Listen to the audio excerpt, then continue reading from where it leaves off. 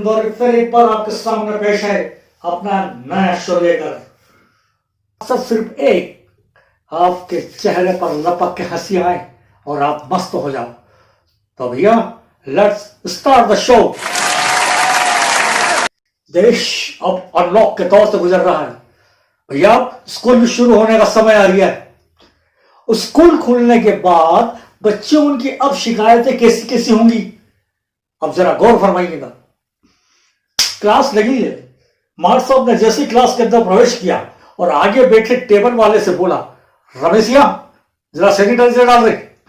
रमेशिया ने थोड़ा सा सैनिटाइजर सर के हाथों पे डाला, सर ने घिसा, खुशबू और रमेशिया बड़ी बेहतरीन खुशबू है तेरे सैनिटाइजर की, तो कहां से लाया? रमेश पापा लाए। तो हाँ, तो तेरे पापा से बोलना कि एक बोतल मेरे लिए भी लेके आए। चलो बच्चों पढ़ो।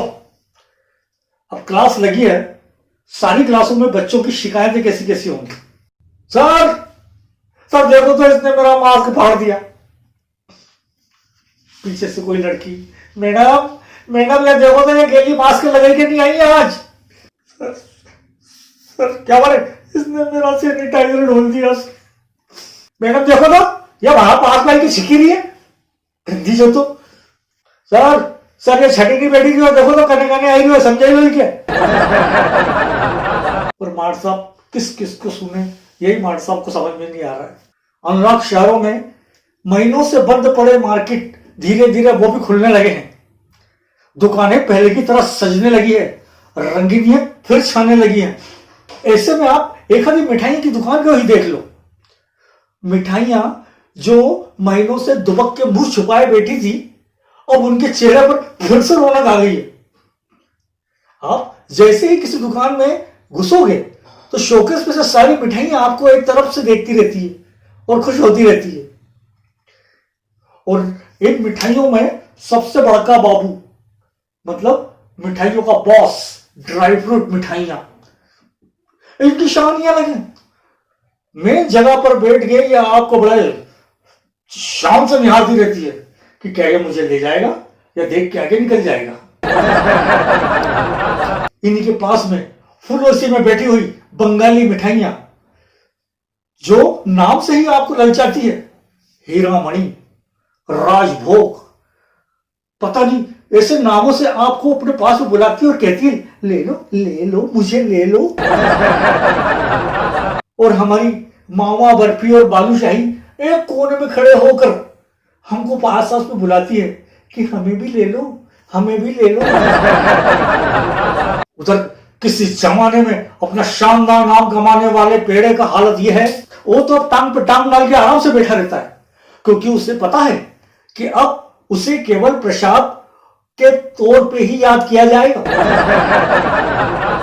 और सोहन पापड़ी को देख लो, वो तो डब्बे से बाहर ही नहीं निकलती है, अंदर ही आराम करा करती है, क्योंकि उसे पता है कि मुझे जो भी ले जाएगा वो मुझे किसी और को दे देगा, वो किसी और को दे देगा। ऐसे में मैं घूमते ही रहूंगी, बड़ी मुश्किल से डब्बे में से बाहर निकलूंगी। इन सबसे अलग हमारे गुलाब जामुन भैया, इनकी शान ही अलग। ये गर्म जगह पर रह के आपको बड़े स्नेह से आपको निहारते रहते हैं, क्योंकि इन्हें पता है कि इनके चाहने वाले बहुत है। चाहे जेब से हो चाहे टेस्ट से हो, हर घर में इनके चाहने वाले मिलते हैं। लॉकडाउन के दौर में जिस किसी बंदे की या बंदी की शादी हुई है, उन्हें लगता ही नहीं है कि उनकी शादी हो गई है, क्योंकि ना तो कोई पार्टी, ना कोई प्रोसेशन, ना कोई गहमा गहमी, ना चिल्ला को, उनको समझ में ही नहीं आ रहा है कि हमारी शादी हो गई है। अभी परसों ही मेरे एक दोस्त ने उसकी मम्मी से पूछा कि मम्मी ये घर में लेडीज ये क्यों घूम रही है अपने घर में? तो मम्मी ने समझा, भी बेटा तुझे शादी हो गई है ना, तेरी बीवी है। वो तब उसको समझ में आया कि हाँ मेरी शादी हो गई है। ऐसे हालातों में अब अनलॉक के दौर में फिर से वही पार्टी, वही मजा, वही शादी की रंगीन फिर शुरू होने वाली है।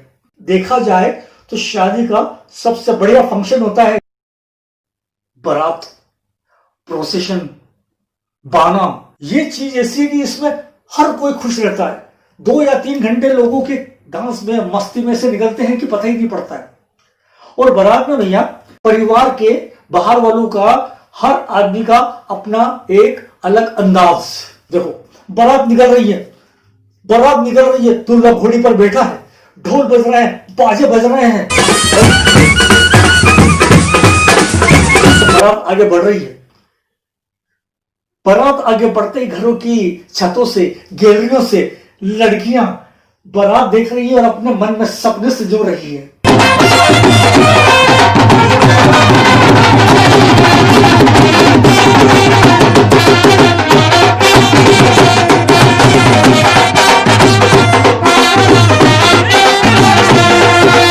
मोहल्ले की बड़ी बूढ़ी औरतें कोने से, घरों में से बारात को देख रही है।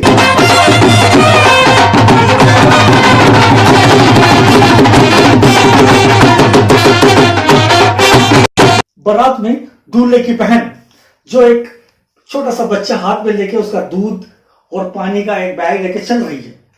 बारात में सबने बोला चलो डांस करेंगे, तो दूल्हे की बहन ने धीरे से बच्चा अपने पति को, बैग अपने पति को, और शुरू।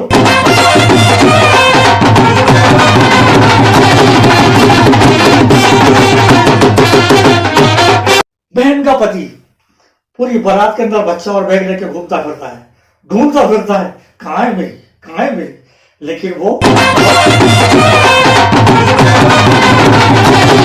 जीजा अगर सरकारी नौकरी वाला हो तो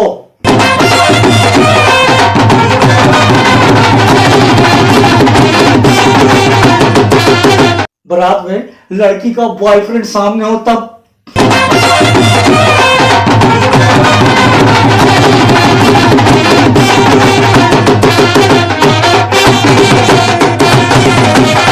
दूल्हे की बड़ी बहन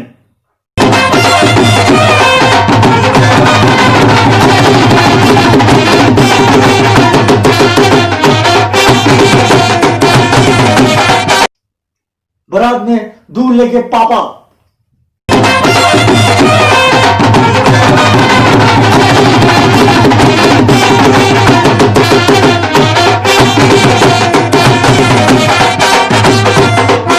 लड़कियां नए सजे सवरे लड़के को देखकर क्या हालत होती है।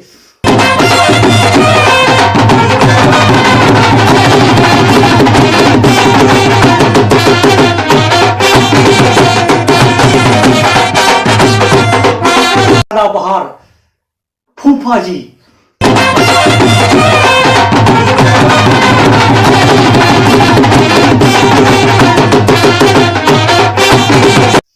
डांस में शहर वाले बाराती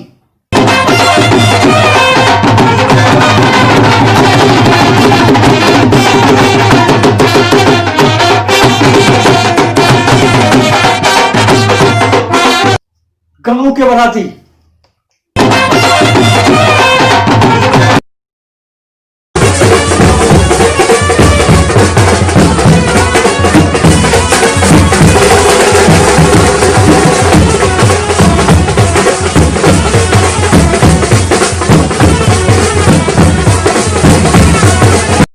दूल्हे के दोस्त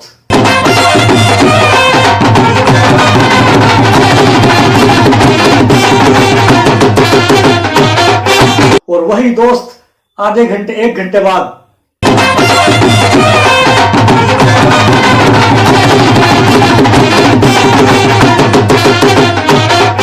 पूरी बारात में आप देखोगे 4 या 5 बाराती आपको ट्रैफिक देते हुए निकलेंगे, ट्रैफिक संभालते हुए।